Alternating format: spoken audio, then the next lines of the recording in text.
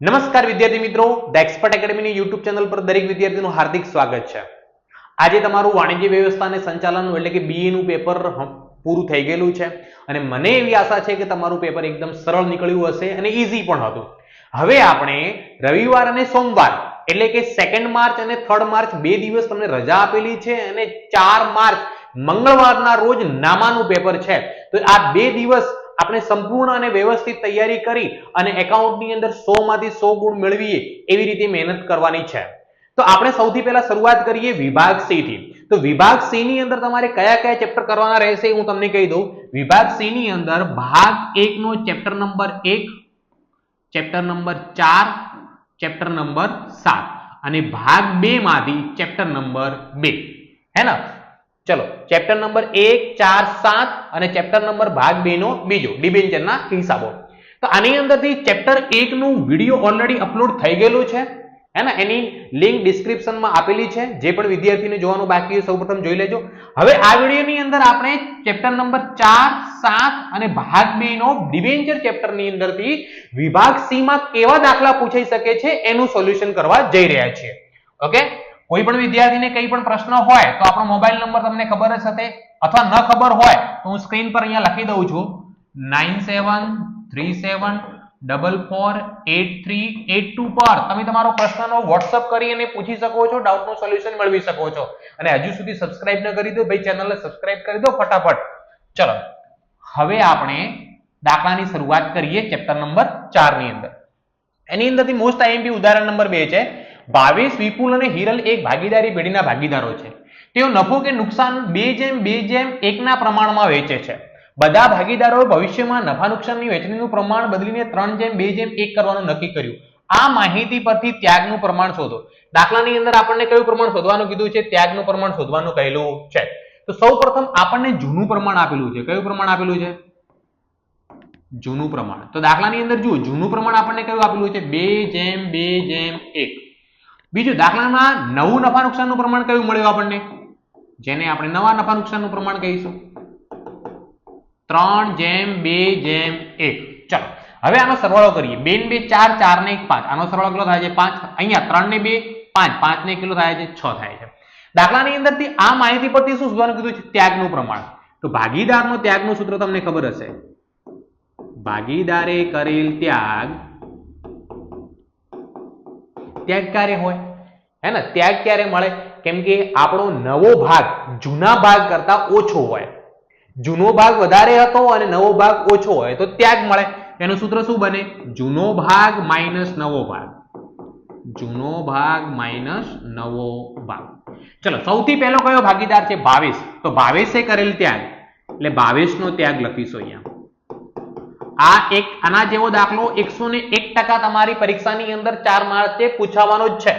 તો ચલો ભાવેશનો જૂનો ભાગ કેટલો? 2 અને ટોટલ કેટલું થતું? 5 એટલે 2/5 માઇનસ નવો ભાગ કેટલો એનો? 3/6. તો અહીંયા 5 અને 6 નો લસા લેતા ના આવડે તો ચોકડી ગુણાકાર કરી દેવાનો. 5 ગુણ્યા 6, 5 છંગ કેટલા થઈ જશે? 30. પછી આ 2 ને કોના સાથે ગુણવાના? 6 સાથે. 2 છંગ 12. આ 3 ને કોના સાથે? ચોકડી ગુણાકારમાં 5 સાથે. 3 ચોક 15. 12 માંથી 15 જશે તો -3/30. ત્યાગના સૂત્રનો ઉપયોગ કર્યો છે. જવાબ માઇનસમાં આવે તો એને શું કહેવાશે? લાભ કહેવાશે. એને શું કહેવાશે? લાભ. ચલો બીજો કયો ભાગીદાર છે? વિપુલ. તો લખીશું અહીંયા વિપુલનો ત્યાગ. તો વિપુલનો ત્યાગ બરાબર વિપુલનો જૂનો ભાગ કેટલો છે? 2/5 માઇનસ નવો ભાગ કેટલો છે? 2/6. ચોકડી ગુણાકાર કરો તો 30, 5 છંગ 30. અહીંયા 2 ને 6 સાથે ગુણો તો 2 છંગ 12 માઇનસ આ 2 ને 5 સાથે ગુણો તો 2×5 10. 12 માંથી 10 જશે તો 2/30. અહીંયા જવાબ પ્લસમાં આવે તો એને શું કહેવાશે? ત્યાગ જ કહેવાશે, કારણ કે ત્યાગના સૂત્રનો ઉપયોગ કરેલો છે. ત્રીજો ભાગીદાર અહીંયા કોણ છે? હિરલ. તો લખીએ અહીંયા હિરલનો ત્યાગ. હિરલનો ત્યાગ બરાબર જૂનો ભાગ કેટલો છે આપણો? 1/5 માઇનસ નવો ભાગ કેટલો છે? 1/6. ચોકડી ગુણાકાર 5 છંગ 30.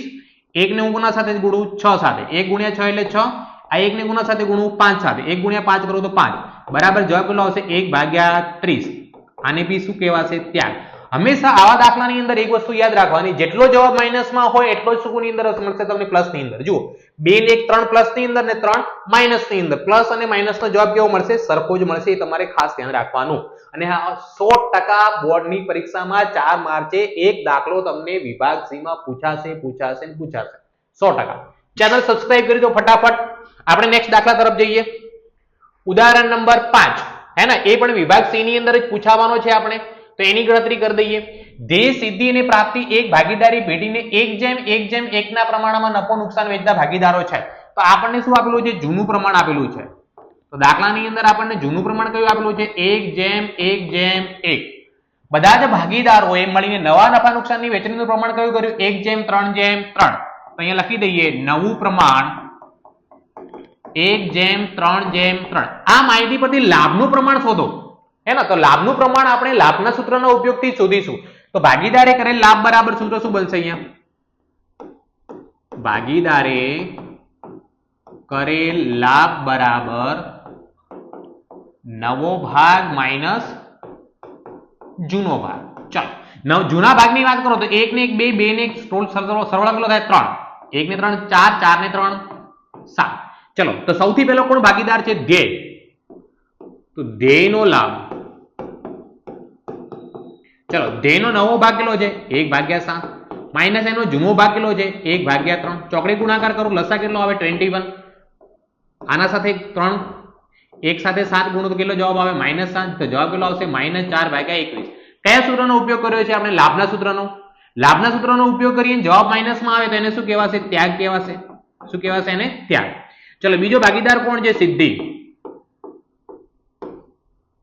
સિદ્ધિનો ત્યાગ બરાબર સિદ્ધિનો નવો ભાગ કેટલો? 3/7 માઇનસ જૂનો ભાગ 1/3. 7 ગુણ્યા 3 કરો તો અહીંયા 21.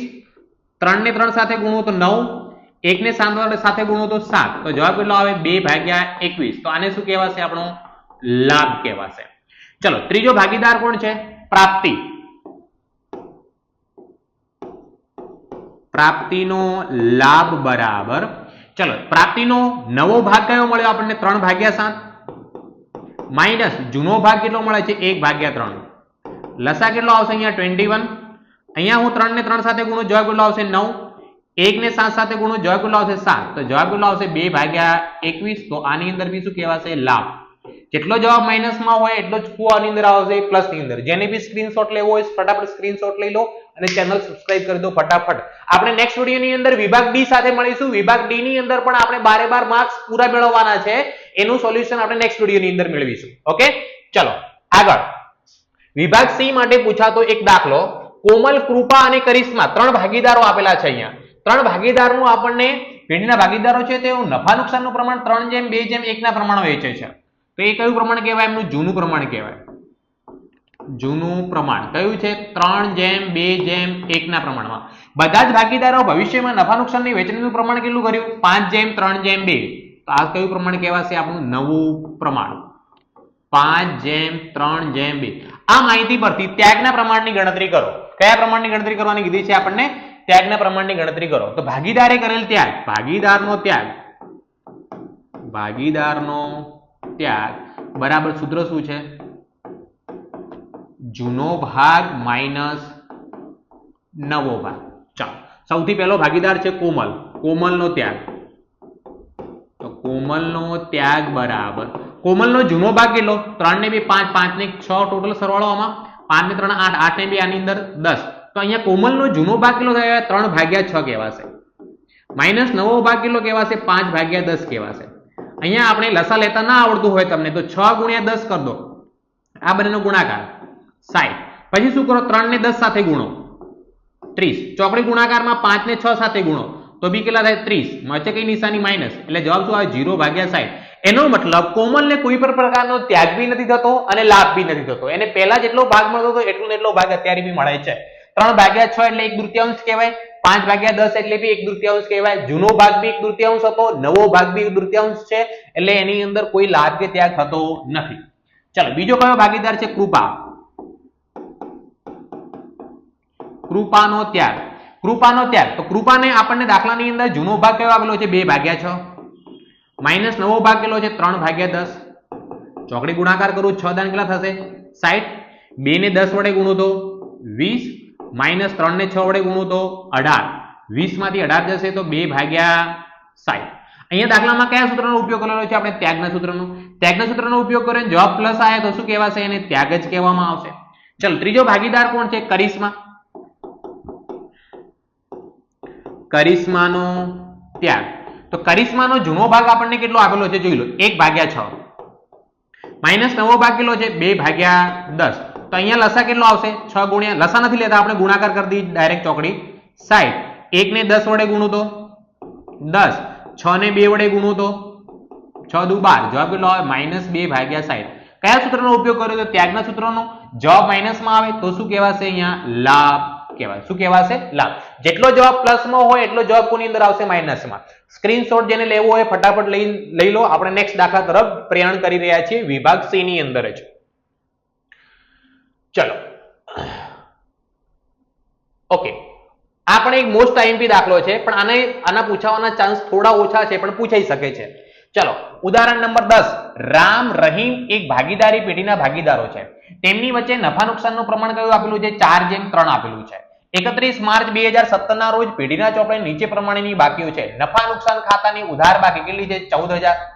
અનામત ભંડોળની કેટલી બાકી આપેલી છે 42000 રૂપિયા. કારીગર નફા ભાગ ભંડોળની કેટલી આપી છે 21000. કારીગર અકસ્માત વળતર ભંડોળની કેટલી આપેલી છે 26000 રૂપિયા. ઉપરોક્ત તારીખે રામ અને રહીમ તેમના વચ્ચે નફા નુકસાનની ફાળવણીનું નવું પ્રમાણ કેટલું નક્કી કર્યું 1:1 નક્કી કર્યું છે. કારીગર અકસ્માત વળતર ભંડોળની સામે કારીગરને 5000 નો દાવો ચૂકવવાનો બાકી છે. ભાગીદારી પેઢીના ચોપડે એકત્રિત થયેલ નફા કે ખોટની વેચણી દર્શાવતી આમનોંધ પસાર કરો. તો અહીંયા આપણે શું લખવાની છે આમનોંધ લખવાની છે. આમનોંધનો ફોર્મેટ તમને ખબર જ છે હે ને. તો અહીંયા આપણે આમનોંધ લખીએ. આમનોંધની અંદર સૌથી પહેલો કયો કોલમ બનશે તારીખ, વિગત, ખાતાવી પાના નંબર, ખાપા,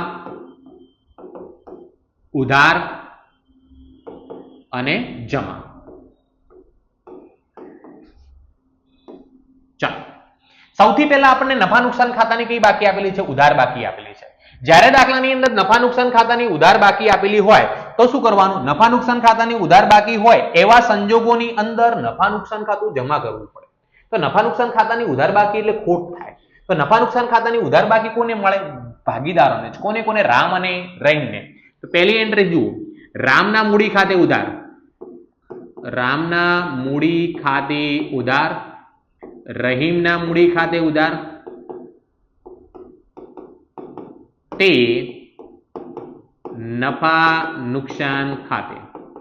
ચલો નફા નુકસાન ખાતે આપણે જમા કેટલા કરવાના છે 14000 રૂપિયા. નફા નુકસાન ખાતે જમાના કોલમમાં કેટલા લખીશું 14000 રૂપિયા. આ 14000 હવે કયા પ્રમાણમાં વેચવાના જૂના પ્રમાણમાં. કયા પ્રમાણમાં વેચીશું જૂના પ્રમાણ. જૂનું પ્રમાણ કયું છે 4:3. તો 4 ને 3 કેટલા થાય 7. તો 14000 નું 7 વડે ભાગો તો 2000 આવે. 2000 ગુણ્યા 4 કરું તો 8000. 2000 ગુણ્યા 3 કરું તો કેટલો જવાબ આવશે આપણો 6000 રૂપિયા આવશે. કેટલો જવાબ આવશે આપણો 6000 રૂપીસ. ચલો બીજા નંબરની આમનોંધ. બીજા નંબરમાં દાખલામાં શું કીધું છે અનામત ભંડોળ. અનામત ભંડોળ કેટલા આપેલું છે 42000. અનામત ભંડોળની હંમેશા જમા બાકી હોય તો એ ભાગીદારોના મૂડી ખાતે શું થશે જમા. તો આપણે અનામત ભંડોળ ખાતે શું કરવું પડશે ઉધાર. તો અહીંયા લખીશું અનામત ભંડોળ ખાતે ઉધાર. કેટલી રકમ છે 42000 42000 રૂપિયા. આ મળે કોને જૂના ભાગીદારોને જૂના પ્રમાણમાં. તે રામના મૂડી ખાતે અને તે રહીમના મૂડી ખાતે. તે રામના મૂડી ખાતે અને તે રહીમના મૂડી ખાતે. કયા પ્રમાણમાં વેચવાની 4:3 ના પ્રમાણમાં. તો કેવી રીતે વેચીશું 4:3 ના પ્રમાણમાં. કેલ્ક્યુલેટરનો તમારે ઉપયોગ કરવાનો. રકમ કેટલી છે 42000 હે ને. કયું પ્રમાણ છે પહેલા ભાગીદારનું 4 તો ગુણ્યા 4 કુલ સરવાળો કેટલો ભાગ્યા 7 એટલે પહેલાના ભાગે કેટલા રૂપિયા આવે 24000 રૂપિયા.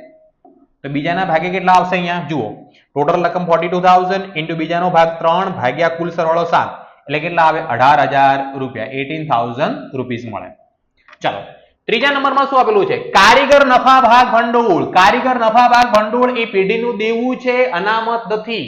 એટલે ખાસ ધ્યાન રાખવાનું કારીગર નફા ભાગ ભંડોળ ભાગીદારો વચ્ચે વેચવામાં આવતું નથી. તો તમારે અહીંયા લખી દેવાનું કે કારીગર નફા ભાગ ભંડોળ પેઢીનું દેવું હોવાથી ભાગીદારો વચ્ચે વેચણી કરી શકાશે નહીં. ત્રીજા નંબરમાં ખાસ ધ્યાન રાખવાનું, કારીગર નફા ભાગ ભંડોળ ક્યારે વેચવામાં આવી શકે નહીં. એના પછી દાખલામાં શું આપેલું છે, કારીગર અકસ્માત વળતર ભંડોળ માટે કેટલા રૂપિયા ભેગા કર્યા? 26,000 રૂપિયા. 26,000 માંથી 5,000 નો દાવો ચૂકવવાનો છે, એટલે કેટલા વધે? 21,000 રૂપિયા વધે. કેટલા રૂપિયા વધે અનામત પેટે? 21,000. આ 21,000 ભાગીદારો વચ્ચે વેચાઈ જશે. અને અનામતની હંમેશા શું હોય? ભંડોળની જમા બાકી હોય. તો જમા બાકી હોય તો આપણે શું કરીશું? અહીંયા અનામત ખાતે શું કરીશું? ઉધાર. કારીગર અકસ્માત વળતર ભંડોળ ખાતે ઉધાર. કારીગર અકસ્માત વળતર ભંડોળ ખાતે ઉધાર. કેટલી રકમ વધે છે? 21,000 રૂપિયા. તે રામના મૂડી ખાતે અને તે રહીમના મૂડી ખાતે. હે ને? કયા પ્રમાણે વેચીશું? 4:3 ના પ્રમાણે વેચું તો 7:3 પહેલા ભાગીદારને 12,000 ભાગ્યા આવશે અને બીજા ભાગીદારને કેટલી રકમ આવશે? 9,000 રૂપિયા આવશે. ક્લિયર? ચલો નેક્સ્ટ ક્વેશ્ચન બી આપણે એના જેવો જ લીધેલો છે, ઉદાહરણ જેવો જ ક્વેશ્ચન નંબર 12 છે. હે ને? એમાં પણ અનામતો અને નફા નુકસાન ખાતાની વહેંચણી કરવાની છે. દાખલામાં શું આપેલું છે? અલય અને સંકેત એક ભાગીદારી પેઢીના ભાગીદારો છે. તેમની વચ્ચે નફા નુકસાનનું પ્રમાણ 2:1 છે. 31 માર્ચ 2017 ના રોજ પેઢીની ચોપડે પ્રમાણેની બાકીઓ કરવાની નફા નુકસાન ખાતાની ઉધાર બાકી કેટલી આપેલી છે? 18,000. અનામત ભંડોળ કેટલું આપેલું છે? 27,000. કારીગર નફા ભાગ ભંડોળ કેટલું આપેલું? 33,000. કારીગર અકસ્માત વળતર ભંડોળ કેટલું આપેલું? 21,000 બાકી છે.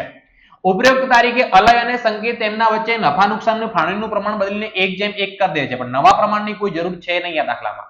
કારીગર અકસ્માત વળતર ભંડોળની સામે કારીગરને 6,000 નો દાવો ચૂકવવાનો બાકી છે. પેઢીના ચોપડે એકત્રિત થયેલ નફા કે ખોટની વહેંચણી દર્શાવતી આમનોંધ પસાર કરો. તો આગળ આપણે જે કરી હતી એ જ રીતે આપનો જ છે. તો સૌથી પહેલા આપણને શું આપેલું છે? નફા નુકસાન ખાતાની ઉધાર બાકી આપેલી છે. નફા નુકસાન ખાતાની ઉધાર બાકી એટલે ધંધા માટે શું કહેવાય? ખોટ કહેવાય. ધંધા માટે ખોટ હોવાથી ભાગીદારો અલય અને સંકેતના ખાતે શું થશે? ઉધાર. કયા પ્રમાણમાં વેચવાનું? જૂના પ્રમાણમાં. તો જુઓ અહીંયા પહેલા શું લખીશું? અલયના મૂડી ખાતે ઉધાર.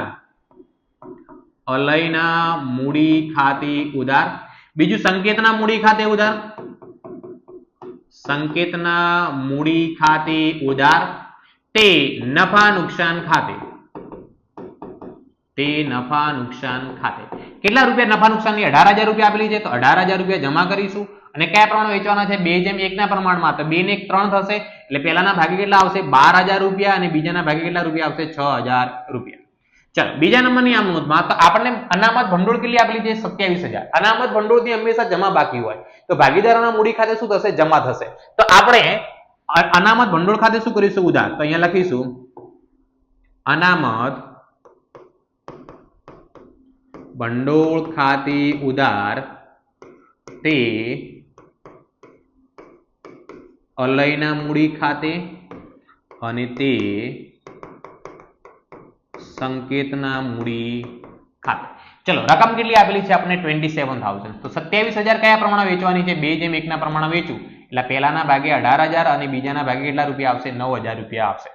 ત્રીજા નંબરમાં આપણને દાખલામાં શું આપેલું છે? જુઓ ત્રીજા નંબરમાં કારીગર નફા ભાગ ભંડોળ. તો કારીગર નફા ભાગ ભંડોળ એ પેઢીનું દેવું છે, ભાગીદારો વચ્ચે તેની વહેંચણી કરવામાં આવતી નથી. એવું સ્ટેટમેન્ટ તમારે અહીંયા લખી દેવાનું ત્રીજા નંબરની આમનોંધમાં. ચોથા નંબરમાં શું આપેલું? જો કારીગર અકસ્માત વળતર ભંડોળના કેટલા રૂપિયા છે? 21,000. કારીગર અકસ્માત માટે 21,000 ભેગા કર્યા, એની સામે દાવો કેટલો મંજૂર થયો? 6,000 નો. તો 21 માંથી 6,000 એટલે કેટલા વધે? 15,000 રૂપિયા વધે.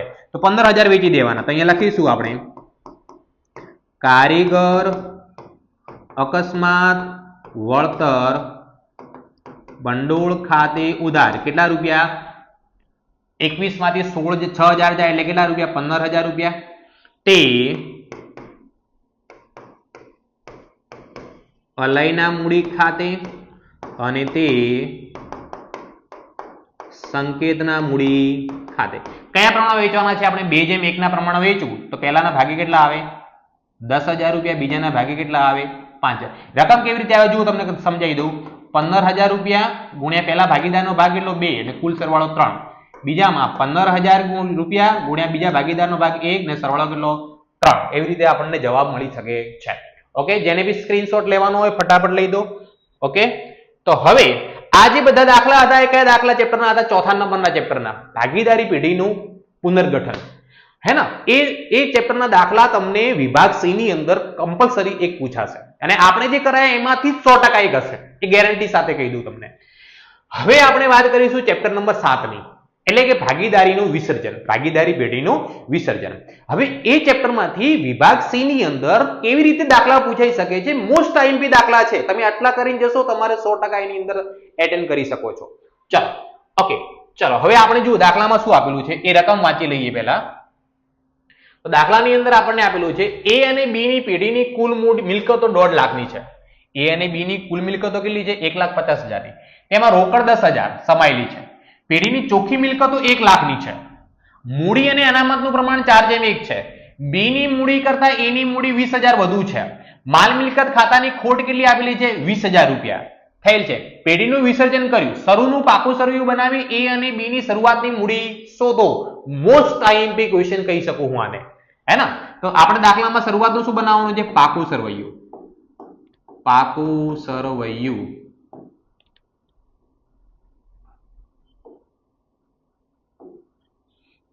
ચાલો આ બાજુ શું આવે? પાકા સરવૈયામાં જમા બાજુ, મૂડી દેવા બાજુ, રકમ, મિલકત લેણા બાજુ અને રકમ. ચાલો સૌથી પહેલા આપણને શું આપેલી છે? કુલ મિલકતો, મિલકતોનો સરવાળો 1.5 લાખ રૂપિયા, 1,50,000. મિલકતો બે પ્રકારની હોય, સ્થિર મિલકતો એટલે કે બિનચાલુ મિલકતો અને ચાલુ મિલકતો. તો મિલકતો બાજુનો સરવાળો જો 1.5 લાખ થાય તો મૂડી દેવા બાજુનો સરવાળો બી કેટલો થશે? 1,50,000 રૂપિયા થશે. કેટલો? 1,50,000. એમાં દાખલામાં આવેલું છે રોકડ છે 10,000 રૂપિયા. તો અહીંયા રોકડ શિલ્લકના આપણે કેટલા લખી દઈએ? 10,000. રોકડ શિલ્લક 10,000. તો બીજી અન્ય મિલકતો કેટલી હશે? જે પણ હોય, સ્થિર હોય, અસ્થિર હોય, 1,40,000. હવે દાખલાની અંદર ચોખ્ખી મિલકતો 1 લાખની છે, હે ને? ચોખ્ખી મિલકતો કેટલી કીધી છે આપણને? 1 લાખ. ચોખ્ખી મિલકતોનું સૂત્ર શું કહેવાય, હે ને? તો ચલો હું તમને બતાવી દઉં. અહીંયા ચોખ્ખી મિલકત અહીંયા લખું છું ટૂંકમાં, ચોખ્ખી મિલકત બરાબર કુલ મિલકતો માઇનસ કુલ દેવા. તો અહીંયા દેવા હશે, કુલ દેવા. દેવા બે પ્રકારના હોય, હે ને? બિનચાલુ દેવા અને ચાલુ દેવા. એમાં બંનેના આપણે ભાગ પાડતા નથી, બંનેનો સરવાળો કરીને લખીએ છીએ. બીજું અહીંયા શું લખવામાં આવે? મૂડી દેવામાં આવે, મૂડી લખવામાં આવે. બીજી એની શું લખવામાં આવે? અનામતો અને ભંડોળ. ચલો તો હવે આ આપણને ચોખ્ખી મિલકતો આપેલી એટલે કુલ મિલકતોમાંથી આ બંને બાદ કરીને આપેલું છે. સોરી, આ બંને નહીં, ફક્ત આપણને શું બાદ કરીને આપેલું છે? આની અંદરથી કુલ દેવા બાદ કરીને આપેલા છે. તો અહીંયા જે હવે આપણી જે ચોખ્ખી મિલકતો છે, ચોખ્ખી મિલકતો એટલે મૂડી પ્લસ અનામત ભંડોળ બંનેનો સરવાળો કેટલો થાય છે? 1 લાખ રૂપિયા, હે ને? જુઓ દાખલામાં કેટલું છે? ચોખ્ખી મિલકતો કેટલી છે? 1 લાખ. ચોખ્ખી મિલકતો એટલે કે મિલકતોમાંથી દેવા બાદ કરી દો. દેવાની રકમ આપણને ખબર નથી, તો બાકીની જે રકમ મૂડી અને અનામત ભેગી થઈને કેટલી થઈ? 1 લાખ રૂપિયા. તો કુલ દેવા કેટલા હશે તમારા? 50,000 રૂપિયા. કુલ દેવા કેટલા હશે? 50,000 રૂપિયા. તો 1 લાખની અંદર બે વસ્તુનો સમાવેશ થાય, મૂડી અને અનામતનો. તો દાખલામાં આગળ શું કીધું છે કે મૂડી અને અનામતનું પ્રમાણ કેટલું છે? 4:1 છે. તો એમાં મૂડી કેટલી હશે? જુઓ, મૂડી બરાબર કુલ મૂડી, કુલ આપણને કેટલું આપેલું છે? ચોખ્ખી મિલકતો 1 લાખ, એમાં મૂડીનો ભાગ કેટલો? 4, અને 4 ને કેટલો થાય? 5. તો 1 લાખ ગુણ્યા 4 ભાગ્યા કરું તો જવાબ કેટલો આવે? 80,000 આવે. કેટલો જવાબ આવે? 80,000. તો અનામત ભંડોળ આપણી કેટલી હશે? 20,000 રૂપિયા. અનામત ભંડોળ કેટલી હશે આપણી? 20,000. તો અહીંયાથી 1 લાખ રૂપિયા હવે નીકાળી દો. 20,000 રૂપિયા અનામત અને 80,000 રૂપિયા મૂડી. 80,000 મૂડીમાં કોણ કોણ ભાગીદારો છે? પાછા A અને B છે. કોણ કોણ છે? A અને B. તો અહીંયા ખાસ ધ્યાન રાખવાનું. જુઓ, A ભાગીદાર છે, બીજો ભાગીદાર કોણ છે? B. આની ગણતરી કરું છું, A અને B ની મૂડી કેટલી. ઓકે, ચલો બંનેની કેટલી મૂડી છે? 80,000. હવે ચલો બે સરખા ભાગ કરી દો, 40,000 રૂપિયા અને 40,000 રૂપિયા. બંનેના સરખા ભાગ કરી દીધા. A ની 40,000, B ની 40,000. પણ એવું કહેલું નથી કે બંને સરખી છે. આપણે શોધીશું શું કહેલું છે કે B ની મૂડી કરતા A ની મૂડી 20,000 વધુ છે. કેટલી વધુ છે? 20,000. તો 20,000 ના પણ બે ભાગ કરી દો. 20,000 ના બે સરખા ભાગ કરો કેટલા આવે? 10,000 અને 10,000. 10,000 અને 10,000 રૂપિયા. તો B ની મૂડી કરતા A ની મૂડી 20,000 વધુ છે. કોની મૂડી વધુ છે? A ની. તો A ની અંદર આ 10,000 પ્લસ કરી દઉં અને B ની અંદર ઓછી છે શું કરી દઉં? માઇનસ. તો A ની મૂડી 40 વત્તા 10 કેટલી થઈ જશે? 50,000 રૂપિયા. અને B ની મૂડી 40 માઇનસ 10 કેટલી થઈ જશે? અહીંયા 30,000 રૂપિયા. તો A ની મૂડી કેટલી લખાશે અહીંયા? 50,000 રૂપિયા અને બી ની મૂડી કેટલી લખાશે 30,000 રૂપિયા. આપણને પ્રશ્ન દાખલામાં પૂછેલો હતો કે એ અને બી ની શરૂઆતની મૂડી શોધો, તો એ ની મૂડી 50,000 રૂપિયા અને બી ની મૂડી કેટલી રહેશે 30,000 રૂપિયા. ઓકે, ચલો સ્ક્રીનશોટ લેવો લઈ લો. આપણે નેક્સ્ટ ક્વેશ્ચન તરફ જઈએ છીએ. અને ચેનલ સબસ્ક્રાઇબ ન કરી તો સબસ્ક્રાઇબ કરી દો અને લાઈક જોઈએ, 5,000 થી વધારે લાઈકો જોઈએ. દરેક વિદ્યાર્થી ફટાફટ લાઈક કરી દો. ચલો આગળ નેક્સ્ટ ક્વેશ્ચન. ઓકે, આ જે બી ક્વેશ્ચન જે છે એ ક્વેશ્ચન કયો છે? વિસર્જન ચેપ્ટરનો જ છે. વિસર્જન વખતે પેઢીની કુલ મિલકતો 2 લાખ છે, જે પૈકી ચાલુ મિલકતો કેટલી છે? 40%. જુઓ આપણને કુલ મિલકતો કેટલી આપેલી છે, અહીંયા લખું કુલ મિલકતો 2 લાખ રૂપિયા. હવે કુલ મિલકતોમાં બે પ્રકારની મિલકતો હોય, હે ને, આપણે જાણીએ છીએ. એક સ્થિર મિલકતો હોય એટલે કે એને બિનચાલુ પણ કહેવાય, અને એક ચાલુ મિલકતો હોય. એમાં ચાલુ મિલકતો કેટલા ટકા કીધી છે? 40%. તો અહીંયા લખી દઉં શોર્ટમાં, ચાલુ મિલકતો 40%. એટલે 2 લાખના 40% કેટલા થશે? 80,000. 80,000 માં રોકડ કેટલી આપેલી છે? 10,000 રોકડ સહિત. તો રોકડ બાદ કરી દો. તો રોકડ સિવાયની ચાલુ મિલકતો કેટલી કહેવાય? 70,000 રૂપિયા કહેવાય. રોકડ કેમ બાદ કરી હું તમને સમજાવી દઉં. તો 2 લાખમાંથી 80,000 રૂપિયા સ્થિર મિલકત છે, સોરી ચાલુ મિલકત. તો બિનચાલુ મિલકતો કેટલી આપણી? બિનચાલુ મિલકતો 1,20,000 રૂપિયા થાય, હે ને. 2 લાખમાંથી 80,000 ચાલુ મિલકત, તો બિનચાલુ મિલકત કેટલી કહેવાય? 1,20,000 રૂપિયા. રોકડ આપણે કેમ બાદ કરી? કેમ રોકડને ક્યારે વેચી ન શકાય. તો જ્યારે પેઢીનું વિસર્જન થશે ત્યારે રોકડનું વેચાણ કરવામાં નહીં આવે, રોકડ તો આપણી જોડે જ રહેશે. તો બાકીની મિલકતો વેચીને આપણે પૈસા મેળવીશું. ઓકે, તો સૌપ્રથમ શું કીધું છે? સ્થિર મિલકતના 120% રકમ ઉપજી, જ્યારે ચાલુ મિલકતના 80% રકમ ઉપજી. જરૂરી આમ નોંધ લખો. હવે તમે જાણો છો મિલકતોના ખાતા બંધ કરી, દેવાના ખાતા બંધ કરી ભાગીદારીનું વિસર્જન થાય ત્યારે બંને ખાતા ક્યાં લઈ જવામાં આવે? માલ મિલકત નિકાલ ખાતે લઈ જવામાં આવે. ક્યાં લઈ જવામાં આવે? માલ મિલકત નિકાલ ખાતે. તો ચાલુ મિલકતો અને બિનચાલુ મિલકતોની બંનેની ઉધાર બાકી હોય તો બંને ક્યાં લઈ જઈશું? માલ મિલકત નિકાલ ખાતાની ઉધાર બાજુ. તેની આમનોંધ કેવી રીતે કરીશું? જો પહેલી આમનોંધ લખું છું. આમનોંધનો ફોર્મેટ તમને ખબર જ છે. વ્યવસ્થિત તમારે ફૂટપટ્ટી અને સ્કેલનો ઉપયોગ કરી, ફૂટપટ્ટી પેન્સિલનો ઉપયોગ કરીને ખાના વ્યવસ્થિત દોરવાના, પછી એની અંદર આમનોંધ કરવાની. તારીખ, વિગત, થાપા, ઉધાર અને જમા. હું અહીંયા ડાયરેક્ટ કરું છું, બરાબર છે? ચલો, તો સૌથી પહેલા શું લખીશું? અહીંયા માલ મિલકત નિકાલ ખાતી ઉધાર તે બિન ચાલુ મિલકતો ખાતે અને તે ચાલુ મિલકતો ખાતે. ચલો, ચાલુ મિલકતો કેટલી? 70,000 વેચાય છે, તો 70,000 રૂપિયા જમા કરવાના ચાલુ મિલકતોમાં. બિનચાલુ મિલકતોના જમા કેટલા થશે? 1,20,000 રૂપિયા. તો અહીંયા ઉધાર કેટલા કરવામાં આવશે? 1,90,000 રૂપિયા ઉધાર કરવામાં આવશે. કેટલા રૂપિયા ઉધાર થશે? 1,90,000 રૂપિયા. હવે આગળ દાખલામાં શું કીધું છે? સ્થિર મિલકત. સ્થિર મિલકત એટલે કેવી મિલકત? બિનચાલુ મિલકત કહી શકીએ. 120% ઉપજી રકમ. તો 1,20,000 ના 120% કરો. 1,20,000 ગુણ્યા 120%. એનો મતલબ આના કેટલા રૂપિયા મળ્યા આપણને? 1,44,000 રૂપિયા મળ્યા. કેટલા રૂપિયા? 1,44,000. જ્યારે ચાલુ મિલકતના 80%. ચાલુ મિલકત કેટલી ગણવાની? 70,000. 70,000 ના હું 80% કરું એટલે કેટલા રૂપિયા આવે? 56,000. તો અહીંયા જુઓ, 1,44,000 સ્થિર મિલકતના વત્તા 56,000 ચાલુ મિલકતના કુલ કેટલા મળે છે? 2 લાખ રૂપિયા. 2 લાખ રૂપિયા રકમ મળશે. રકમ મળે, પૈસા આવે છે. તો બીજા નંબરની આમનું શું થશે? બેંક અથવા રોકડ ખાતે ઉધાર.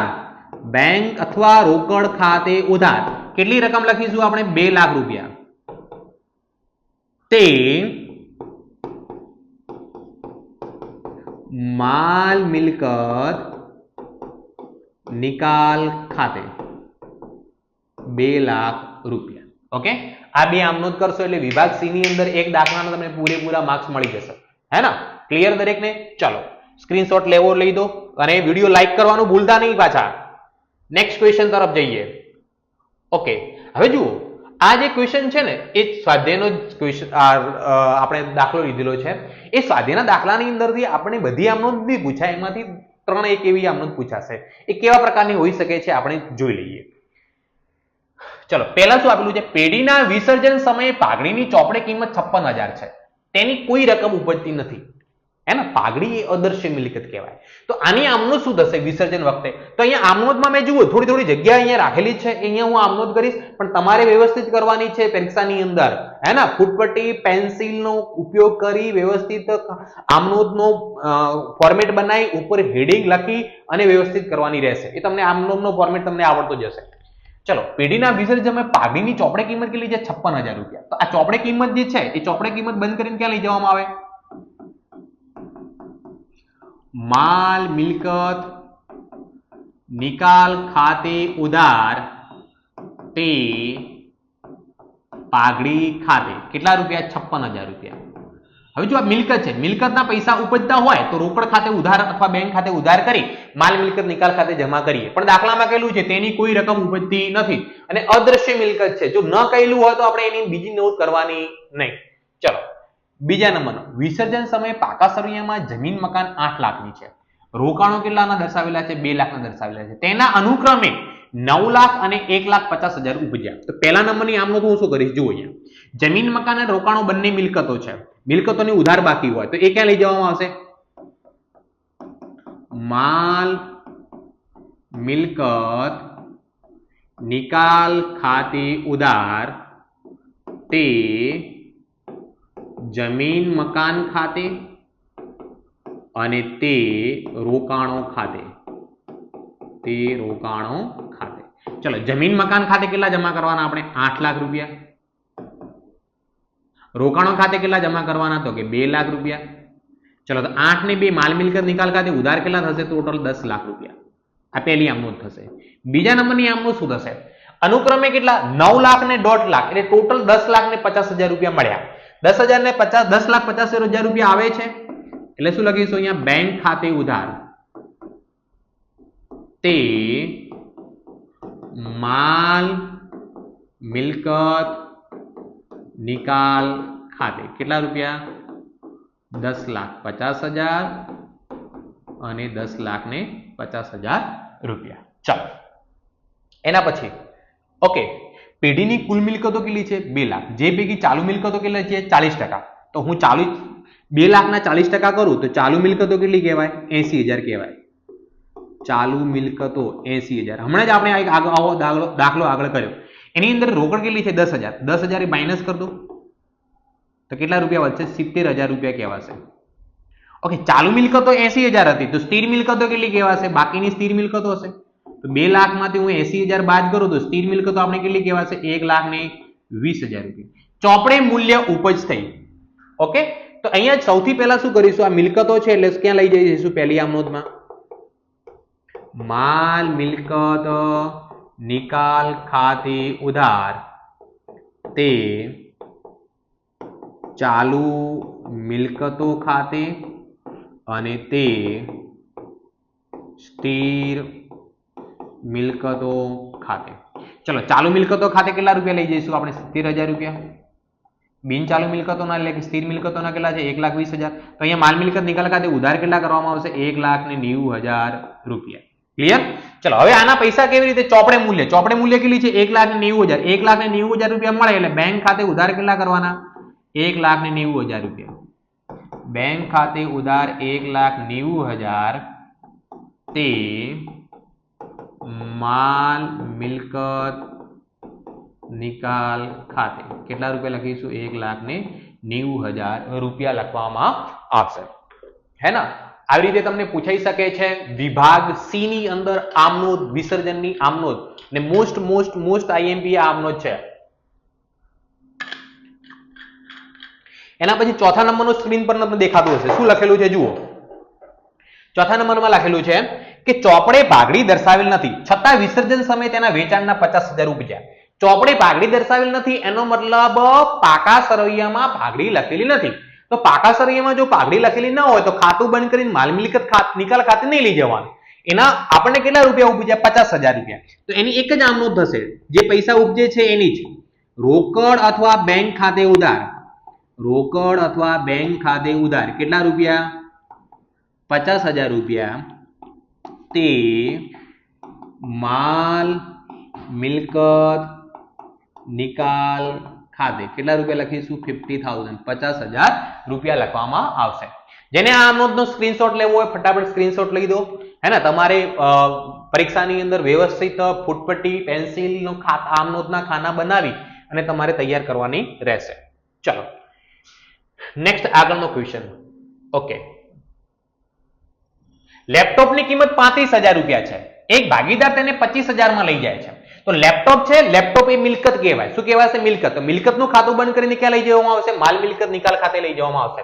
તો આપણે પહેલી આમનો શું કરીશું? આની માલ મિલકત નિકાલ ખાતે ઉધાર. માલ મિલકત નિકાલ ખાતે ઉધાર તે લેપટોપ ખાતે, તે લેપટોપ ખાતે રકમ કેટલી છે? 35,000 ઉધાર થશે અને 35,000 રૂપિયા શું થશે? જમા થશે. એક જીરો વધારે થઈ ગયો અહીંયા.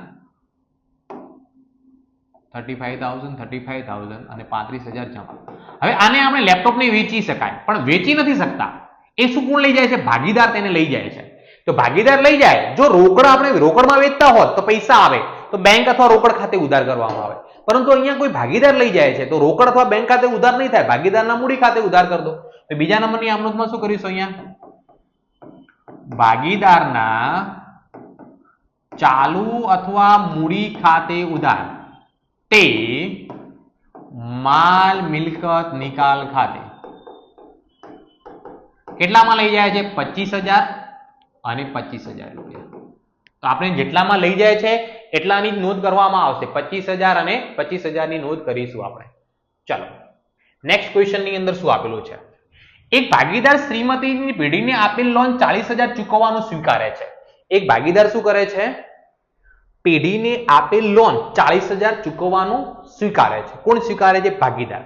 પેઢીની લોન એ ભાગીદાર પેઢી માટે શું કહેવાય? દેવું કહેવાય. તો સૌથી પહેલા દેવું છે એટલે માલ મિલકત નિકાલ ખાતે કઈ બાજુ લખી દેવાનું? જમા બાજુ. કઈ બાજુ? જમા બાજુ. તો શ્રીમતીજીની લોન ખાતે શું કરી દેવાનું? ઉધાર. શ્રીમતીજીની લોન ખાતે ઉધાર તે માલ મિલકત નિકાલ ખાતે કેટલા રૂપિયા લખવામાં આવશે? 40,000 અને 40,000 રૂપિયા. બીજા નંબરની આનું પેમેન્ટ કરીશું એટલે શું થશે? અહીંયા પાછું માલ મિલકત નિકાલ ખાતે ઉધાર તે રોકડ અથવા બેંક ખાતે કેટલા રૂપિયા પેમેન્ટ કરીશું? એટલે સર અહીંયા આપણે દાખલામાં શું કહેલું છે કે દાખલામાં કહેલું છે એ પૈસા કોણ ચૂકવવાનું સ્વીકારી રહ્યું છે? ભાગીદાર, હે ને? લખેલું છે ને, એક ભાગીદાર સ્વીકાર્યું તો રોકડ ખાતે નહીં જાય, તો શું થશે? તે ભાગીદારના મૂડી અથવા ચાલુ ખાતે કેટલા રૂપિયા થશે? 40,000 અને 40,000 રૂપિયા. ચલો એના પછી દાખલામાં શું આપેલું છે? એના પછી આપણને આપેલું છે કે આવકવેરાની જવાબદારી 30,000 ચૂકવવાની થઈ, જે ચોપડે નોંધેલ નથી, જે ચૂકવી આપી. દાખલામાં ચોપડે નોંધેલ નથી એનો મતલબ પાકા સરવૈયામાં આપેલી નથી, છતાંય આપણને ચૂકવી પડી. તો પાકા સરવૈયામાં આપેલી નથી તો સૌથી પહેલા માલ મિલકત નિકાલ ખાતે લઈ જવામાં આવે નહીં, ડાયરેક્ટ એનું પેમેન્ટ કરવામાં આવે. તો એક જ આમનો થશે. શું થશે? અહીંયા માલ મિલકત નિકાલ ખાતે ઉધાર તે રોકડ અથવા બેંક ખાતે રકમ કેટલી લખીશું આપણે? 30,000 રૂપિયા અને 30,000, 30,000 એન્ડ 30,000 રૂપીસ. ક્લિયર? ચાલો એના પછી આગળનું જોઈએ આપણે 8મા નંબરમાં. એના પછી નેક્સ્ટ શું આપેલું છે જુઓ અહીંયા. વિસર્જન સમયે પેઢીના તમામ દેવા ભાગીદારની લોન ચૂકવ્યા પછી મિલકતોનો વધારો 1,20,000 રહ્યો. ભાગીદારો એ, બી અને સી નું નફા નુકસાનનું પ્રમાણ 5:3:2 છે. તેના નિકાલની નોંધ લખો. આ આપણે શું થયું છે? નફો થયો છે. નફો એટલે માલ મિલકત નિકાલ ખાતાની જમા બાજુનો સરવાળો વધારે હશે. તો આ રકમ કઈ બાજુ લખેલી હશે? માલ મિલકત નિકાલ ખાતાની ઉધાર બાજુ. તો આની આમનું શું થશે? જુઓ અહીંયા આની આમનું હું આની ઉપર લખું છું. ઓકે, જગ્યા ઓછી છે એટલા માટે. માલ મિલકત નિકાલ ખાતે ઉધાર 1,20,000 રૂપિયા તે એ ની મૂડી ખાતે, તે બી ની મૂડી ખાતે, તે સી ની મૂડી ખાતે કયા પ્રમાણે વેચવાની રહેશે? 5:3:2 ના પ્રમાણે વેચી દો. તો 5 ને 3 8, 8 ને 2 કેટલા થશે? 10. તો 1,20,000 ભાગ્યા 10 કરું એટલે 12,000 આવે. 12,000 ગુણ્યા 5 કરું એટલે કેટલો પહેલાના ભાગે આવે 60,000 રૂપિયા. 12,000 ગુણ્યા 3 કરું તો 12 તારી 36,000 રૂપિયા અને 12,000 ગુણ્યા 2 કરું એટલે 12 દુ કેટલા રૂપિયા રકમ આવશે 24,000 રૂપિયા રકમ આવશે. ચલો નેક્સ્ટ ક્વેશ્ચન. પેઢીના વિસર્જન સમયે યંત્રો 2 લાખ બતાવેલ છે તો યંત્રો મિલકત કહેવાય. યંત્ર ખાતું બંધ કરીને માલ મિલકત નિકાલ ખાતે લઈ જઈશું આપણે. તો આની આમનું શું કરીશું માલ મિલકત નિકાલ ખાતે ઉધાર તે યંત્રો ખાતે કેટલી રકમ લખીશું અહીંયા 2 લાખ રૂપિયા અને 2 લાખ રૂપિયા. ચોપડે કિંમત ઉપજે છે. ચોપડે કિંમત કેટલી છે 2 લાખ તો મળશે બી કેટલા 2 લાખ રૂપિયા. તો રોકડ અથવા બેંક ખાતે ઉધાર તે માલ મિલકત નિકાલ ખાતે કેટલી રકમ લખવામાં આવશે અહીંયા 2 લાખ and 2 લાખ 2 લાખ અને 2 લાખ રૂપિયા. ચાલો નેક્સ્ટ. એક ભાગીદાર પેઢીના વિસર્જનની કાર્યવાહી કરવાની જવાબદારી સ્વીકારે છે. તેના બદલામાં તેને મહેનતાણા તરીકે 20,000 ચૂકવવાનું નક્કી કર્યું. તો એ ધંધા માટે ખર્ચ કહેવાય. ધંધા માટે ખર્ચ કહેવાય એટલે શું થશે માલ મિલકત નિકાલ ખાતે ઉધાર તે ભાગીદારના મૂડી ખાતે કેટલા રૂપિયા ચૂકવવાનું આપણે છે 20,000 રૂપિયા ખર્ચો નક્કી થયો. ચાલો બીજા નંબરમાં આમ પેઢીએ તેને ખર્ચ પેટે 12,000 ચૂકવ્યા તો ભાગીદારના મૂડી ખાતે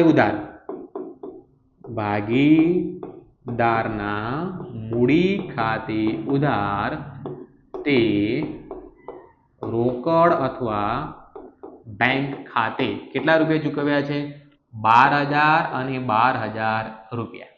ચાલો એના પછી શું આપેલું છે પેઢીના વિસર્જન સમયે દેવાદારો 1,20,000 ના લેણદારો 60,000 ના છે. તો દેવાદારો શું કહેવાશે મિલકત કહેવાશે અને લેણદારો એ પેઢી માટે શું કહેવાય દેવું કહેવાય. તો સૌપ્રથમ આપણે શું કરીશું દેવાદારોની રકમ માલ મિલકત નિકાલ ખાતે ઉધાર થશે. તો પહેલી આમનોંધમાં શું કરીએ જુઓ પહેલી આમનોંધમાં માલ મિલકત નિકાલ ખાતે ઉધાર 1,20,000 રૂપિયા તે દેવાદારો ખાતે કેટલા રૂપિયા 1,20,000 રૂપિયા. લેણદારો કેટલા ના છે 60,000 લેણદાર દેવું કહેવાય. તો લેણદાર ખાતે ઉધાર તે માલ મિલકત નિકાલ ખાતે કેટલા રૂપિયા લખવામાં આવશે અહીંયા 60,000 અને 60,000 રૂપિયા. એક ભાગીદાર 20% ઓછી કિંમતે દેવાદારો લઈ લેણદાર ચૂકવવાનું સ્વીકારે છે. 20% ઓછી કિંમતે દેવાદારો લઈ જશે એટલે દેવાદારના પૈસા નહીં મળે તો કોના ખાતે આપણે ઉધાર કરીશું ભાગીદારના મૂડી ખાતે. તો ભાગીદારના ચાલુ અથવા મૂડી ખાતે ઉધાર 20% ઓછી કિંમતે 1,20,000 માંથી 20% શું કરી દેવાના ભાગ. તો અહીંયા લખીશું 1,20,000 માઇનસ 20% તો રકમ કેટલી આવે 96,000 રૂપિયા. તે માલ મિલકત નિકાલ ખાતે 96,000 રૂપિયા. હવે આને શું કીધું પાછું કે હું દેવાદારો લઈ જઈને લેણદારને ચૂકવી દઈશ. લેણદારને ચૂકવીશે લેણદારને ચૂકવશે એટલે શું કોના ખાતે ઉધાર કરીશું આપણે અહીંયા માલ મિલકત નિકાલ ખાતે ઉધાર આપણે નથી ચૂકવવાના એ ભાગીદાર ચૂકવે છે. તો ભાગીદારના મૂડી અથવા ચાલુ ખાતે લેણદારની રકમ કેટલી ચૂકવવાની છે ને 60,000 રૂપિયા 60,000 and 60,000 રૂપીસ. ચાલો એના પછી નેક્સ્ટ ક્વેશ્ચન ઉપર ઝડપ થઈ ગયા આપણે. નેક્સ્ટ ક્વેશ્ચન ની અંદર શું આપેલું છે RBI reserve bank of India ભાગીદારો વચ્ચે નફા નુકસાનની વહેંચણીનું પ્રમાણ 3:2:1 ના પ્રમાણમાં થાય છે. નીચેની બાકીઓનો નિકાલ કરો. પહેલો સામાન્ય અનામત 18,000 રૂપિયા નફા નુકસાન ખાતાની બાકી 12,000 રૂપિયા 18,000 રૂપિયા કારીગર અકસ્માત વળતર ભંડોળ. આના જેવો દાખલો આપણે ચેપ્ટર નંબર 4 માં પણ પૂછાય છે. સામાન્ય અનામત અને નફા નુકસાન પ્રમાણમાં જૂના ભાગીદારો પ્રત્યે આપણે વહેંચણી કરીએ છીએ. તો અહીંયા પણ એ જ કરવાનું છે બીજું કંઈ કરવાનું નથી. સૌથી પહેલા આપણને શું આપેલું છે સામાન્ય અનામત. સામાન્ય અનામતની જમા બાકી હોય તો એ ખાતું બંધ કરવા માટે આપણે સામાન્ય અનામત ખાતે શું કરીશું ઉધાર. તો પહેલી આમનું શું થશે સામાન્ય અનામત ખાતે ઉધાર કેટલા રૂપિયા 18,000 રૂપિયા. તે કોને કોને મળશે આર ના મૂડી ખાતે, તે બી ના મૂડી ખાતે, તે સી ના મૂડી ખાતે.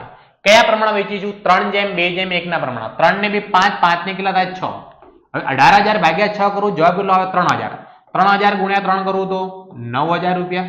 3,000 ગુણ્યા 2 કરું તો 6,000 રૂપિયા અને 3,000 ગુણ્યા 1 કરું, જવાબ કેટલો આવશે? 3,000 રૂપિયા. બીજા નફા નુકસાન ખાતાની કઈ બાકી આપેલી છે? ઉધાર બાકી. નફા નુકસાન ખાતાની ઉધાર બાકી છે એટલે ભાગીદારોના મૂડી ખાતે શું કરવામાં આવશે? ઉધાર કરવામાં આવશે. ભાગીદારોના મૂડી ખાતે શું કરવામાં આવશે? ઉધાર. તો આર ના મૂડી ખાતે ઉધાર, આર ના મૂડી ખાતે ઉધાર, બી ના મૂડી ખાતે ઉધાર અને આઈ ના મૂડી ખાતે ઉધાર. તે નફા નુકસાન ખાતે. તે કોના ખાતે લખવામાં આવશે? નફા નુકસાન ખાતે લખવામાં આવશે. ચલો, તો અહીંયા રકમ કેટલી છે? 12,000. 12,000 ભાગ્યા 6 કરું તો 2,000 થાય. તો 2,000 ગુણ્યા 3 પહેલામાં 6,000, 2,000 ગુણ્યા 2 બીજામાં 4,000 અને 2,000 ગુણ્યા 1 ત્રીજામાં 2,000. 6 4 10, 10 ને 2 કેટલા થશે? 12,000 રૂપિયા. ત્રીજા નંબરની આમનોંધ. કયા નંબરની? ત્રીજા નંબરની. ત્રીજા નંબરની આમનોંધમાં આપણે શું કરવાનું છે? શું આપેલું છે? કારીગર અકસ્માત વળતર ભંડોળ આપેલું છે. તો કારીગર અકસ્માત વળતર ભંડોળ અનામત કહેવાય. તો કારીગર અકસ્માત વળતર ભંડોળ ખાતે ઉધાર, તે આર ના મૂડી ખાતે, તે બી ના મૂડી ખાતે અને તે આઈ ના મૂડી ખાતે. તમારે આવી રીતે ટપકા નથી કરવાના, તમારે પૂરું લખવાનું છે પરીક્ષાની અંદર. રકમ કેટલી છે અહીંયા? 18,000 રૂપિયા. તો ઉધાર કેટલા કરીશું આપણે? 18,000 રૂપિયા. કયા પ્રમાણે વેચીશું? 3:2:1 ના પ્રમાણે. એટલે 18,000 વેચેલા છે, 9,000, 6,000 ને 3,000. તો પહેલા ભાગીદારના ભાગે 9,000, બીજા ભાગીદારના ભાગે 6,000 અને ત્રીજા ભાગીદારના ભાગે કેટલી રકમ આવશે? 3,000 રૂપિયા આવશે. ઓકે, ચાલો નેક્સ્ટ ક્વેશ્ચન.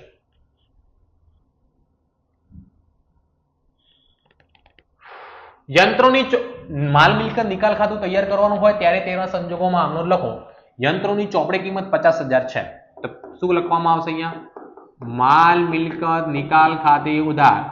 માલ મિલકત નિકાલ ખાતે ઉધાર કેટલા રૂપિયા? 55,000 રૂપિયા. તે કોના ખાતે?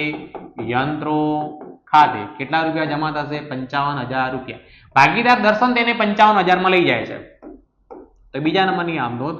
દર્શનના મૂડી ખાતે ઉધાર, તે માલ મિલકત નિકાલ ખાતે. કેટલી રકમ લખીશું આપણે અહીંયા? 50,000 અને 50,000 રૂપિયા. બીજા નંબર, દેવી હુંડી 15,000 ભાગીદાર બીમલ ચૂકવવાનું સ્વીકારે છે. દેવી હુંડી છે, દેવું છે, તો માલ મિલકત ખાતે જમા થશે. તો દેવી હુંડી ખાતે શું કરવું પડશે? ઉધાર. તો દેવી હુંડી ખાતે ઉધાર કેટલા રૂપિયા? 15,000 રૂપિયા. તે માલ મિલકત નિકાલ ખાતે. માલ મિલકત નિકાલ ખાતે કેટલા રૂપિયા લખીશું? 15,000 રૂપિયા લખવામાં આવશે. બીજા નંબરની આનું પેમેન્ટ કોણ કરવાનું સ્વીકારે છે? બીમલ. તો બીમલ જ્યારે પેમેન્ટ કરશે ત્યારે માલ મિલકત નિકાલ ખાતે ઉધાર કરીશું આપણે અહીંયા. માલ મિલકત નિકાલ ખાતે ઉધાર, તે બીમલ ખાતે. કેટલી રકમ છે? 15,000 અને 15,000 રૂપિયા. ચલો, એના પછી ભૂતકાળમાં માંડી વાળેલ ગાલખાત 11,000 પૈકી 6,000 મળ્યા. અત્યારે આપણને કેટલા મળે છે? 6,000. તો બેંક અથવા રોકડ ખાતે કેટલા ઉધાર કરવાના? 6,000 રૂપિયા. તે માલ મિલકત નિકાલ ખાતે. ચલો, પરચુરણ મિલકતોની ચોપડે કિંમત 2,70,000, ઉપજ્યા 2,27,000. તો અહીંયા હું આમ નોંધ કરું. પરચુરણ મિલકતો છે, મિલકતોની ઉધાર બાકી હોય, માલ મિલકત નિકાલ ખાતે કઈ લઈ જવાના? ઉધાર બાજુ. એની આમનું શું થશે? માલ મિલકત નિકાલ ખાતે ઉધાર. કેટલી રકમ છે? 2,70,000 રૂપિયા. તે પરચુરણ મિલકતો ખાતે 2,70,000 રૂપિયા. બીજા નંબરની આમનોંધ. એના મળ્યા કેટલા? 2,27,000 રૂપિયા. તો પૈસા આવે છે તો બેંક ખાતે ઉધાર. તે માલ મિલકત નિકાલ ખાતે કેટલા રૂપિયા 2,27,000 and 2,27,000 રૂપીસ. ઓકે, ચલો આગળ નેક્સ્ટ ક્વેશ્ચન તરફ જઈએ. પરચુરણ લેણદારો આપણને કેટલા આપેલા છે? 60,000 ના. દેવું છે તો પરચુરણ લેણદારો ખાતે શું કરતો? ઉધાર. પરચુરણ લેણદારો ખાતે ઉધાર કેટલા રૂપિયા? 60,000 રૂપિયા. તે માલ મિલકત નિકાલ ખાતે 60,000 રૂપિયા. દેવું 25% વટાવી ચૂકવ્યું. ચૂકવવાના કેટલા હતા? 60,000 રૂપિયા. માઇનસ કેટલા કરતો? 25%. 45,000 માં પેમેન્ટ કર્યું. તો બીજા નંબરની આમનું શું થશે? અહીંયા માલ મિલકત નિકાલ ખાતે ઉધાર તે રોકડ અથવા બેંક ખાતે 45,000 અને 45,000 રૂપિયા. ચોપડે નહીં નોંધેલ કરવેરાના 5,000 ચૂકવ્યા. ચૂકવ્યા એટલે પૈસા જાય એટલે માલ મિલકત નિકાલ ખાતે ઉધાર તે રોકડ અથવા બેંક ખાતે કેટલા રૂપિયા ચૂકવ્યા છે આપણે? 5,000 અને 5,000 રૂપિયા. વિસર્જન ખર્ચ 5,000 ચૂકવ્યો તો એની આમનોંધ બી શું થશે? એક જ આમનોંધ થશે. માલ મિલકત નિકાલ ખાતે ઉધાર તે રોકડ અથવા બેંક ખાતે કેટલા રૂપિયા ચૂકવ્યા છે આપણે? 5,000 અને 5,000 રૂપિયા. ચોપડે પાઘડી બતાવેલ નથી, પરંતુ વિસર્જન સમયે તેના વેચાણના 20,000 રૂપિયા ઉપજ્યા એટલે મળ્યા એટલે બેંક ખાતે ઉધાર. બેંક ખાતે ઉધાર કેટલા રૂપિયા? 20,000 રૂપિયા. તે માલ મિલકત નિકાલ ખાતે 20,000 રૂપિયા લખવામાં આવશે. સ્ક્રીનશોટ લેવો ફટાફટ લઈ શકો છો અને લાઈક કરવાનું ભૂલતા નહીં. ઓકે, હવે આપણો જે આવે છે ચેપ્ટર નંબર 2 ડિબેન્ચરના હિસાબો. એની અંદર મોસ્ટ આઈએમપી દાખલાનું ફટાફટ આપણે રિવિઝન કરી દઈશું. નેક્સ્ટ વિડીયોની સાથે હું આવી રહ્યો છું વિભાગ ડી ના સોલ્યુશન સાથે. વિભાગ ડી ની અંદર પણ આપણે પૂરેપૂરા માર્ક્સ મેળવવાના છે. સૌપ્રથમ તમે વિભાગ સી ની તૈયારી કરી દો. નેક્સ્ટ વિડીયોની અંદર મળીશું વિભાગ ડી સાથે. ચાલો, ઉદાહરણ નંબર 13 મોસ્ટ આઈએમપી ક્વેશ્ચન છે. નમસ્કાર લિમિટેડ 1 ઓગસ્ટ 2017 ના રોજ 100 ના 1 એવા 9% 8,000 ડિબેન્ચરે મૂળ કિંમતે બહાર પાડ્યા, જે 31 જુલાઈ 2022 ના રોજ ડિબેન્ચર દીઠ 120 ની કિંમતે પરત કરવાના છે. કંપનીના ચોપડે ડિબેન્ચર બહાર પાડતી વખતની અને પરત કરતી વખતની આમનોંધ લખો બાબત જે વગર. એનો મતલબ દાખલામાં આપણને કહેલું છે બાબત જે ની કોઈ જરૂર છે નહીં. ઓકે, ચલો તો સૌથી પહેલા ડિબેન્ચર બહાર પાડ્યા. ડિબેન્ચર બહાર કઈ તારીખે પડેલા છે? 1 ઓગસ્ટ 2017. તો આપણે આમનોંધનો તમારે ફોર્મેટ બનાવી દેવાનો. તારીખ, વિગત, ખાતાવી પાના નંબર, ઉધાર અને જમા. ઉપર મસ્ત હેડિંગ પણ લખી દેવાનો કે નમસ્કાર લિમિટેડના ચોપડે આમનોંધ. હે ને, હું અહીંયા ડાયરેક્ટ કરું છું. પહેલી તારીખ કઈ લખીશું આપણે? 1 ઓગસ્ટ 2017 ના રોજ ડિબેન્ચર બહાર પાડ્યા. બીજે ડિબેન્ચર બહાર પાડે તો કંપનીને પૈસા શું થાય? મળે. કંપનીના પૈસા મળે તો કંપનીને પૈસા આવે. કંપની જોડે પૈસા આવે તો કોના ખાતે લખાય? અહીંયા બેંક ખાતે ઉધાર. તે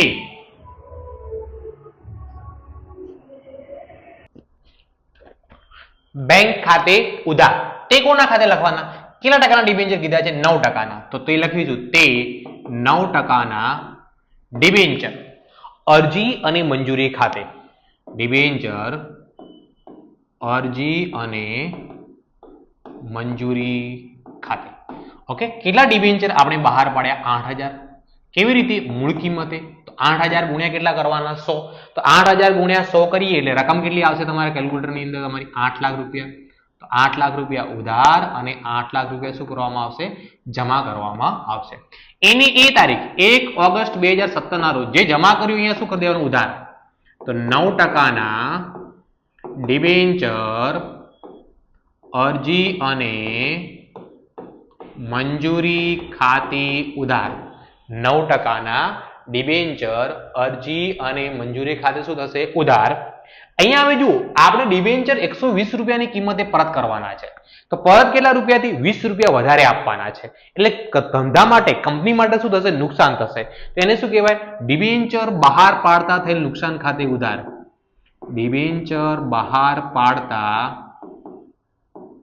થયેલ નુકસાન ખાતે ઉધાર તે 9%ના ડિબેન્ચર ખાતે અને તે ડિબેન્ચરની સાથે સાથે પરતમાં શું લખવાનું? પરત પ્રીમિયમ ખાતે. કેમ કે આપણે પરત કરતી વખતે શું આપવાનું છે? પ્રીમિયમ. તો પરત પ્રીમિયમ ખાતે શું થશે? જમા. 8 લાખ રૂપિયા ડિબેન્ચરના કેટલા? 8 લાખ. પરત કેટલા વધારે આપવાના છે? 20 રૂપિયા. તો 8000 ગુણ્યા 20 કરવાના. કેટલા? 8000 ગુણ્યા 20 એટલે જવાબ કેટલો આવશે આપણો? 1,60,000 રૂપિયા. તો ડિબેન્ચર ખાતે કેટલી લખાશે? 8 લાખ રૂપિયા. અને પરત પ્રીમિયમમાં કેટલા આપવાના છે વધારે? 1,60,000 રૂપિયા. ચલો હવે આપણે ડિબેન્ચર પરત ક્યારે કરવાના છે? 31 જુલાઈ 2022 ના રોજ. 31 જુલાઈ 2022 ના રોજ. તો અહીંયા બે જમા કરેલી શું કરી દઈશું? ઉધાર. તો 9%ના ડિબેન્ચર ખાતે ઉધાર ડિબેન્ચર પરત પ્રીમિયમ ખાતે ઉધાર તે ડિબેન્ચર હોલ્ડર્સ ખાતે. તો ડિબેન્ચરના કેટલા રૂપિયા? 8 લાખ રૂપિયા પરત કરવાના છે આપણે. પરત પ્રીમિયમના 1,60,000. તેનો મતલબ ડિબેન્ચર હોલ્ડરોને કુલ આપવાના કેટલા રૂપિયા છે? 9,60,000 રૂપિયા. જ્યારે એનું પેમેન્ટ કરીશું, જે જમા કર્યું શું કરી દેવાનું? ઉધાર. ડિબેન્ચર હોલ્ડર્સ ખાતે ઉધાર તે બેંક ખાતે કેટલા રૂપિયાનું પેમેન્ટ કરવાનું છે? 9,60,000 રૂપિયા ઉધાર અને બેંકમાંથી બી કેટલા થશે? 9,60,000 રૂપિયા જશે. ઓકે, તો ડિબેન્ચરની અંદરથી આવી રીતે તમને એક દાખલો મોસ્ટ 100% એક આવો પૂછાવાનો છે. ઓકે, એના જેવો અને થોડો અલગ હોય એવો આપણે એક દાખલો કરી લઈએ એટલે તમારે પ્રેક્ટિસ એની થઈ જાય. ચલો નેક્સ્ટ આઈએમપી છે ઉદાહરણ નંબર 14. ઉદાહરણ નંબર 14 માં શું આપેલું છે? પ્રાર્થના લિમિટેડે 1 એપ્રિલ 2017 ના રોજ 100 ના એક એવા 11%ના 6,000 ડિબેન્ચર 5%ના વટાવે બહાર પાડ્યા. અહીંયા કેવી રીતે બહાર પડેલા છે? વટાવે. 6 વર્ષ બાદ તારીખ 31 માર્ચ 2023 ના રોજ બધા ડિબેન્ચર પર નાણાં 10%ના પ્રીમિયમથી પરત કરવાના છે. કંપનીના ચોપડે જરૂરી આમદ લખો, બાબત જે વગર. વટાવથી બહાર પાડેલા છે અને પ્રીમિયમથી પરત કરવાના છે. તો જુઓ સૌપ્રથમ કઈ તારીખે એન્ટ્રી કરીશું આપણે? 1 એપ્રિલ 2017 ના રોજ બહાર પાડ્યા એટલે કંપનીને પૈસા મળે. કંપનીને પૈસા મળે એટલે બેંક ખાતે ઉધાર તે ડિબેન્ચર અરજી અને મંજૂરી ખાતે. અરજી અને મંજૂરી ખાતે 6,000 ડિબેન્ચર છે, 5%ના વટાવે. એક ડિબેન્ચરની મૂળ કિંમત કેટલી છે? 100. 100 ના 5% કરો એટલે 5 રૂપિયા આવે. એટલે કેટલા ડિબેન્ચર બહાર પાડ્યા? 6,000. તો બેંકમાં કેટલા આવશે? 6,000 ગુણ્યા 95 આવશે. કેટલા રૂપિયા આવશે? 6,000 ગુણ્યા 95. તો 6,000 ગુણ્યા 95 કરો તો રકમ કેટલી આવશે? 5,70,000 રૂપિયા. 570 અહીંયા ઉધાર થશે અને 5,70,000 રૂપિયા શું કરવામાં આવશે? જમા કરવામાં આવશે. એની એ તારીખ 1 એપ્રિલ 2017 ના રોજ જે જમા કર્યું શું કરી દો? ઉધાર. શું લખીશું અહીંયા? ડિબેન્ચર અરજી અને મંજૂરી ખાતે ઉધાર. ડિબેન્ચર અરજી અને મંજૂરી ખાતે ઉધાર. ડિબેન્ચર વટાવ બી આપેલો છે. વટાવ ધંધા માટે ખર્ચ કહેવાય. તો ડિબેન્ચર વટાવ ખાતે બી ઉધાર કરીશું આપણે. ડિબેન્ચર વટાવ ખાતે ઉધાર. બીજું જ્યારે પરત કરવાના છે ત્યારે 10% પ્રીમિયમથી પરત કરવાના છે તો એને શું કહેવાય? ડિબેન્ચર બહાર પાડતા થયેલ નુકસાન ખાતે ઉધાર. ડિબેન્ચર બહાર પાડતા થયેલ નુકસાન ખાતે ઉધાર તે કેટલા ટકાના ડિબેન્ચર છે? 11%ના ડિબેન્ચર ખાતે અને તે ડિબેન્ચર પરત પ્રીમિયમ ખાતે. ડિબેન્ચર પરત પ્રીમિયમ ખાતે. તો જુઓ ડિબેન્ચર અરજી અને મંજૂરીમાં જે જમા કર્યા એ જ ઉધાર કરવાના 5,70,000 રૂપિયા. વટાવમાં કેટલા ઉધાર કરવાના? 5 રૂપિયા. કેટલા? 5. 6,000 ગુણ્યા 5 કરો એટલે કેટલા રૂપિયા આવે? 30,000 રૂપિયા. ઓકે, ડિબેન્ચર બહાર પાડતા કેટલા રૂપિયા નુકસાન થયું? 10% પ્રીમિયમ પરત કરવાનો. 100 ના 10% 10 રૂપિયા થાય તો 6000 ગુણ્યા 10 એટલે કેટલા થશે? 60000 રૂપિયા. ડિબેન્ચર 11% ડિબેન્ચર ખાતે કેટલા રૂપિયા લખવામાં આવે છે? 6 લાખ રૂપિયા. અને ડિબેન્ચર પરત પ્રીમિયમના કેટલા રૂપિયા છે? 60000 રૂપિયા. જે અહીંયા જે છે નુકસાનના એ છે. પરત ક્યારે કરવાના છે? 31 માર્ચ 2023 ના રોજ. 31 માર્ચ 2023 ના રોજ. તો 31 માર્ચ 2023 ના રોજ અહીંયા બે જમા કરેલું શું કરી દો? ઉધાર કરી દો. 11% ના ડિબેન્ચર ખાતે ઉધાર, ડિબેન્ચર પરત પ્રીમિયમ ખાતે ઉધાર તે ડિબેન્ચર હોલ્ડર્સ ખાતે કેટલા રૂપિયા અહીંયા આપવાના છે? 6 લાખ રૂપિયા. પરત પ્રીમિયમના કેટલા? 60000. કુલ રકમ કેટલી થશે? 6,60,000 રૂપિયા. અને છેલ્લું પેમેન્ટ ક્યારે કરવાનું? 31 માર્ચ 2023 ના રોજ જે જમા કર્યું એ ઉધાર ડિબેન્ચર હોલ્ડર્સ ખાતે ઉધાર તે બેંક ખાતે રકમ કેટલી લખીશું? 6,60,000 અને 6,60,000 રૂપિયા. તો આ જે દાખલા હતા એ ડિબેન્ચર ની અંદરથી મોસ્ટ આઈએમપી દાખલા છે. અને બીજું વિભાગ સી ની અંદર તમને ડિબેન્ચર ની અંદરથી થિયરી પણ પૂછાઈ શકે છે. એક થિયરી પૂછાશે, એક દાખલો પૂછાશે. વિસર્જનમાંથી એક થિયરી પૂછાશે, એક દાખલો પૂછાશે. એ આપણે મોસ્ટ આઈએમપી નો જે વિડીયો મૂકેલો છે એની અંદર તમે જોઈ શકો છો. ક્લિયર? હવે આપણે નેક્સ્ટ વિડીયોમાં મળીશું વિભાગ ડી ના મોસ્ટ આઈએમપી સોલ્યુશન સાથે. ત્યાં સુધી મહેનત કરો, લાગ્યા રહો. અને કોઈ પણ પ્રકારનો એકાઉન્ટમાં ડાઉટ હોય તો તમે વોટ્સઅપ કરી શકો છો 9737448382. કોઈ પણ સંકોચ રાખ્યા વગર. ઓકે, ધન્યવાદ.